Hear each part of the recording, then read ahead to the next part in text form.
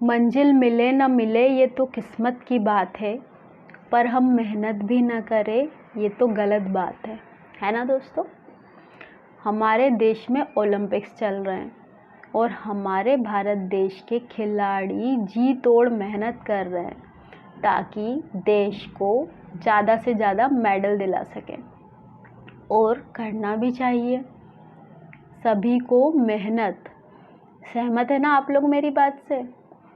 जो हर इंसान अपने जीवन में कुछ न कुछ करना चाहता है उसको निरंतर मेहनत करने की आवश्यकता है ना।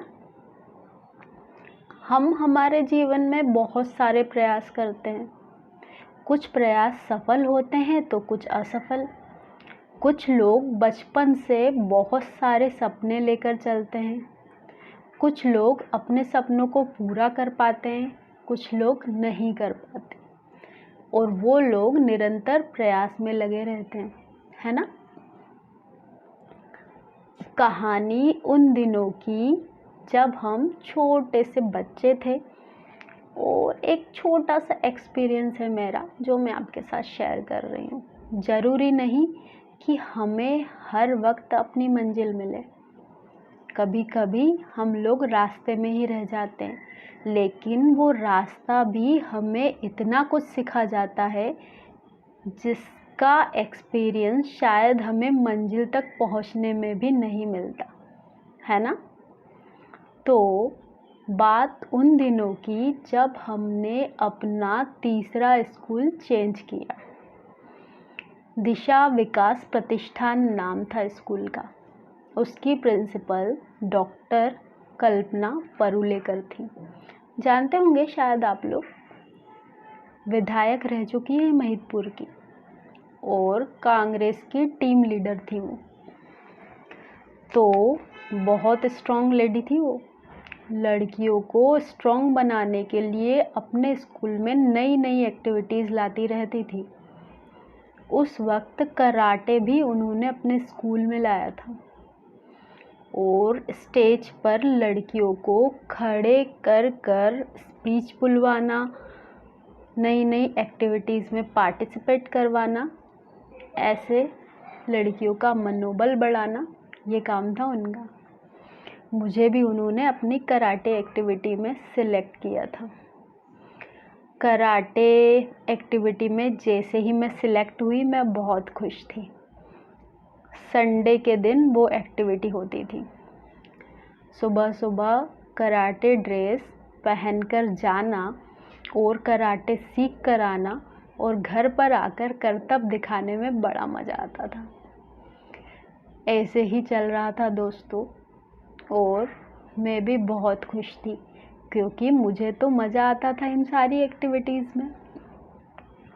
कराटे सीखने में बड़ा मज़ा आ रहा था क्योंकि कुछ नया जो कर रही थी मैं, सबसे हटकर। और जब सब लोगों को ये बताती थी तो वो लोग भी कहते थे जो दूसरे स्कूलों में थे कि अच्छा उस स्कूल में कराटे एक्टिविटीज़ भी है। चिढ़ाने में भी मज़ा आता था। फिर अचानक एक दिन जब मैं आ रही थी घर के लिए, तो एक बड़ा सा पत्थर मेरे रास्ते में आया और मैं ठोकर खाकर गिर गई। घर नज़दीक था और पापा ने देख लिया और वो दौड़ कर आए।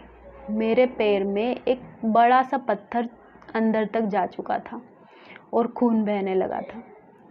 पापा दौड़कर हॉस्पिटल ले गए। उस पैर से खून कंटिन्यू बहता ही जा रहा था। बहुत बड़ा घाव था वो, गहरी चोट लगी थी मुझे। लेकिन उस वक्त मुझे कुछ भी समझ नहीं आ रहा था। मेरा ट्रीटमेंट 15 दिन 1 महीने तक चलता रहा। लगातार हॉस्पिटल में पापा मरहम पट्टी करवाने के लिए जाते थे, और मेरी कराटे एक्टिविटी छूट चुकी थी। बहुत दुख था छूटने का, लेकिन खुश थी मैं उन मेमोरीज़ के लिए जो मुझे कराटे सीखते वक्त मिली थी। बहुत कुछ सीख चुकी थी मैं। लेकिन कराटे अधूरा ही रह गया मेरा। ऐसा ही होता है, कुछ कुछ चीज़ें बीच में ही छोड़नी पड़ती है हमें। कभी कुछ स्थितियाँ परिस्थितियाँ ऐसी बनती है कि हम उन चीज़ों में आगे ही नहीं बढ़ पाते।